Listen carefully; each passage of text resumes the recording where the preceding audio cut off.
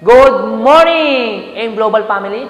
Lalong-lalo na po sa mga AIMers member natin. Maraming salamat po sa mga nakakapanood ng video ito. Ang pag-uusapan po natin about effective. Bakit? Meron po kasi nagtanong sa akin, upline, sir, ano po ba yung dapat kong gawin? Paano ko ba ito uumpisan? Hindi ko alam kung anong gagawin ko. Paano ko susisimulan? So sa akin, ang sa aking idea, ang dapat mo talagang gawin, lalong-lalo na po sa mga nag-uumpisa pa lang o kahit sabihin na natin sa mga member na, ang masasabi ko po, wala ho kayong choice. Uulitin ko po, wala ho kayong choice. Kailangan nyo pong maging effective sa negosyong ito. Alam nyo kung bakit? Simple. Kahit sabihin ho natin na ikaw na ang pinakamagandang kumpanya, kahit sabihin na natin ikaw na ang pinakamagandang product, kahit sabihin na natin ikaw na ang pinakamagandang marketing plan, pero kung hindi ka effective, hindi mo magagawa ng tama ang negosyo mo. Alam mo kung bakit? Simple. Pakinggan niyo ako mabuti. Kahit sabihin natin ikaw ang pinakamagandang product, kung hindi ka effective ang product, mabebenta mo hindi. Siyempre hindi, dahil hindi ka effective. Kung babalik na rin naman natin, kung ikaw naman ay effective, kahit nasa iyo na ang pinakapangit na produkto, hindi magandang kumpanya. Dahil effective ka, ang product, mabebenta mo hindi. Siyempre, mabebenta mo. What if maganda na marketing plan mo?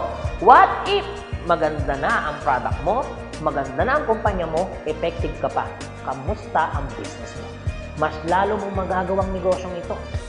Kaya, uulitin ko sa mga nag-uumpisa pa lang, wala ho kayong choice. Kailangan yung maging effective. Simple. Ito po, pakinggan nyo ako mabuti.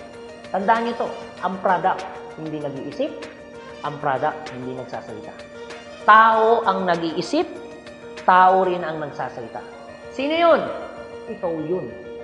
Kailangan mong maging effective bilang tao para maging maayos mo o para mas madali mong gawin ang negosyong ito.